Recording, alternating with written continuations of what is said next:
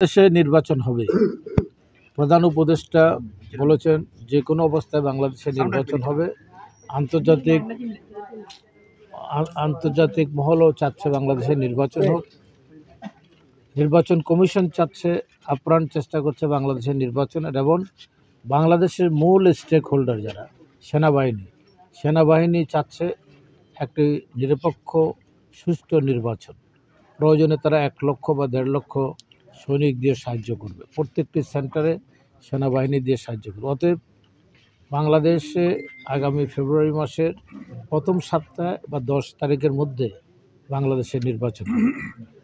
4 থেকে 7 তারিখের মধ্যে ডিসেম্বরের তফসিল ঘোষণা হবে এবং বাংলাদেশের নির্বাচন হবে। আমি শতভাগ আশাবাদী বাংলাদেশের নির্বাচন না হলে বাংলাদেশের অস্তিত্ব থাকবে না, বাংলাদেশের অর্থনীতি থাকবে না, বাংলাদেশের যে ভূরাজনৈতিক যে ষড়যন্ত্রের শিকার হতে যাচ্ছে, একমাত্র উপায় হলো বাঁচার নির্বাচন। অতএব নির্বাচন ছাড়া আমাদের কোনো বিকল্প নেই। আগামীকাল শেখ হাসিনা সহ এই ফ্যাসিস্ট সরকারের কিছু লোকজনের বিচারে রায় হতে পারে। রায় হবে একটি অবাধ নিরপেক্ষ ট্রাইব্যুনাল হচ্ছে।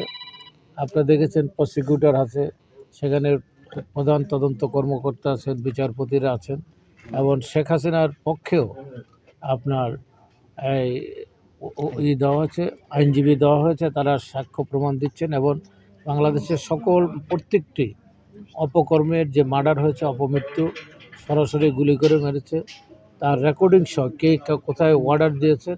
আমি মনে করি বিচারের যে বিধি ব্যবস্থা আমাদের দেশে আছে, সেই বিধি ব্যবস্থা মোতাবেক তাদের রায় হবে, রায় দেবে ট্রাইব্যুনাল। এটা আমাদের কোনো বলার কিছু নেই। যুক্তিতর্কের মাধ্যমে ট্রাইব্যুনালের সাক্ষ্য প্রমাণের মধ্যে দিয়ে যা আসছে, সেখানে আমি দেখেছি যে চিফ প্রসিকিউটর চেয়েছেন যে সর্বোচ্চ শাস্তি চেয়েছেন।